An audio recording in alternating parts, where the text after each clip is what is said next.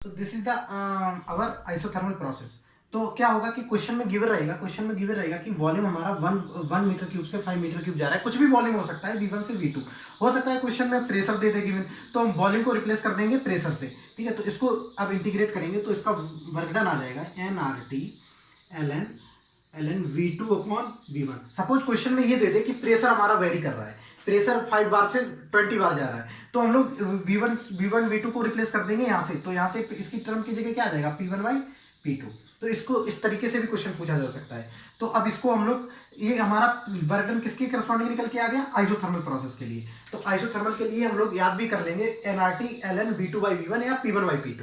ठीक है, तो अच्छा ये आ गया। प्रेशर के टर्म में भी दे सकता है, तो हम लोग प्रेशर के टर्म में भी कर सकते हैं। फाइन, चलो अब हम लोग देखते हैं आइसोथर्मल। अब सेकंड प्रोसेस हमारा क्या था, आइसोबारिक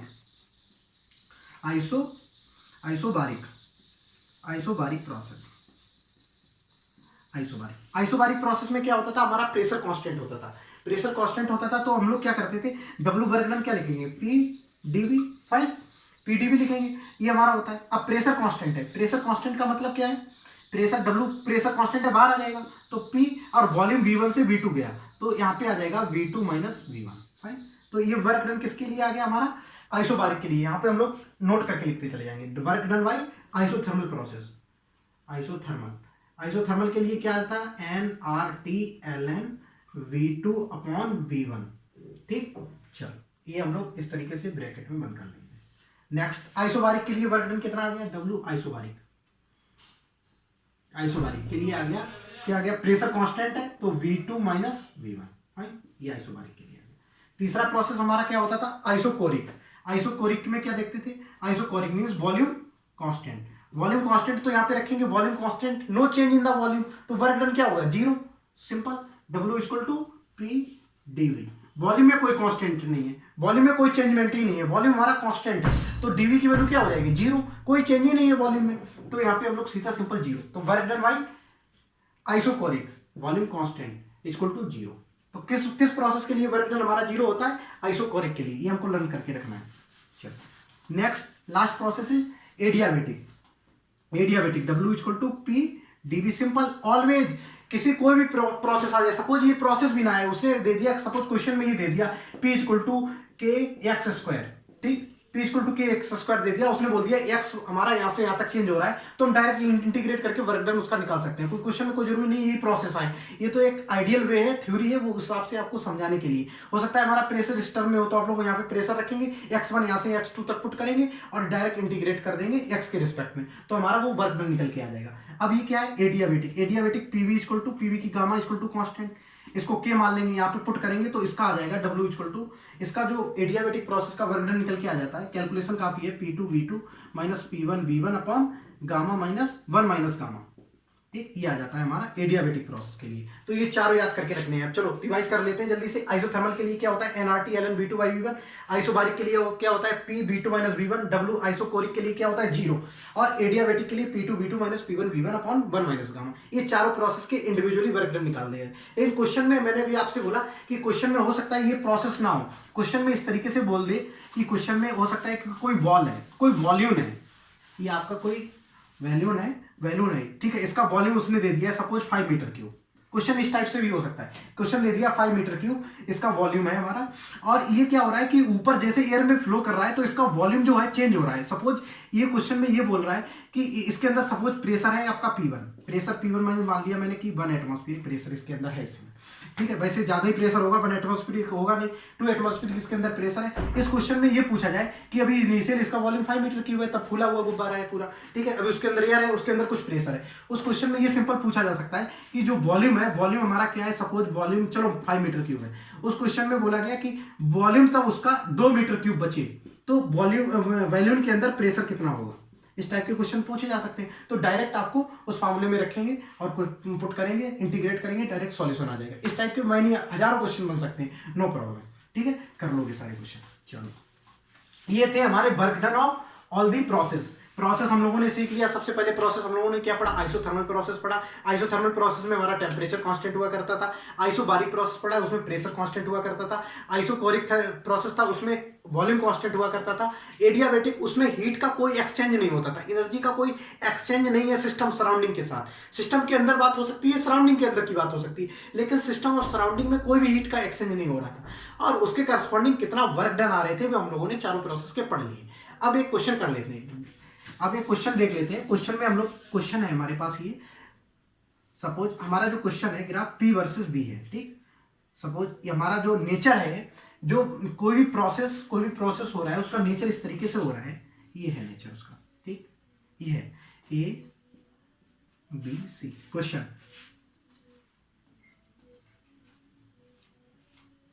ये हमारा कोई प्रोसेस है, ठीक है, साइक्लिक प्रोसेस है, साइक्लिक प्रोसेस है। अब हमारा यहाँ पे कुछ गिवन, कुछ भी मान लीजिए, क्वेश्चन मैंने मान लिया 4 है और ये है 6, फाइन, ये है 1 है, ये है 4, फाइन। चलो ये 4 है, 2 6 1 वॉल्यूम 1 मीटर क्यूब, वॉल्यूम चलो यहाँ पे लिख देते हैं, मीटर क्यूब लीटर किसी में दे सकता है। प्रेशर मान लिया मैंने एटमॉस्फेरिक में है, ठीक, प्रेशर हमारा एटमॉस्फेरिक, ये क्वेश्चन है। अब क्वेश्चन में हमको पूछा गया है, क्वेश्चन में सपोज क्वेश्चन में सबसे पहला पार्ट होना है work done by the process A B, work done A B की करस्पॉन्डिंग निकालना है। सेकंड क्वेश्चन पूछा है work done by the BC process, WBC पूछा गया।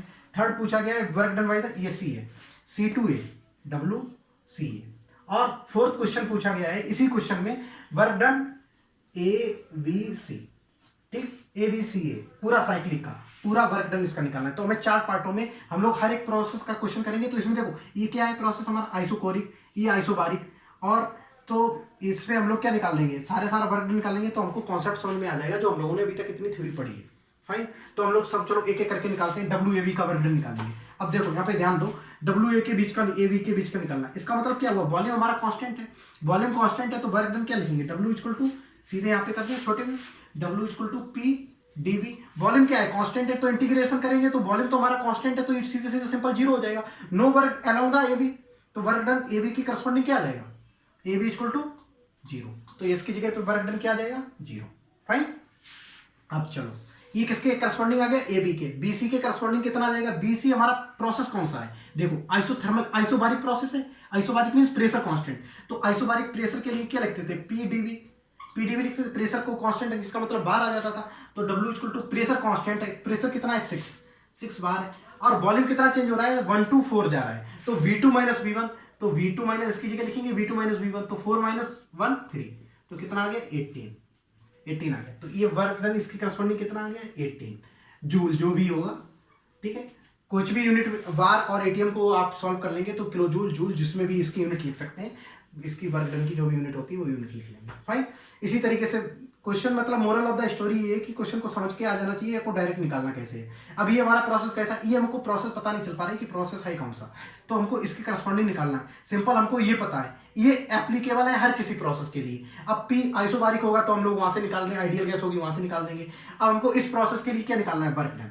इस प्रोसेस के लिए हमारा कितना आ गया 18, इस प्रोसेस के लिए हमारा 0 आ गया। अब हमको इस प्रोसेस के लिए निकालना है। इस प्रोसेस निकालने के लिए सिंपल से यहाँ पे पुट करें PdV। अब हमारा क्या है, ये प्रोसेस है, इसमें प्रेशर भी चेंज हो रहा है और वॉल्यूम भी चेंज हो रहा है, तो कैसे लिखेंगे इसको। अब देखो ये एक्चुअली लिखा क्या है PdV, ये लिखा क्या है, ये area under the curve PV के लिखा हुआ है, एरिया अंडर द कर्व। देखो हम लोग क्या लिखते थे, हम लोग अभी क्वेश्चन YDX लिखते थे, तो हम लोग लिखते थे YDX। कैसे लिखते थे, एरिया ये निकाल देते थे, इंटीग्रेशन करते तो बोल देते थे कि हमारा ये एरिया है, area under the PV curve. Area under the PV curve, इसका मतलब इसके नीचे का जितना भी ये एरिया है वो निकाल देंगे, तो ये हमारा सिंपल वर्क निकल के आ जाएगा, ठीक है।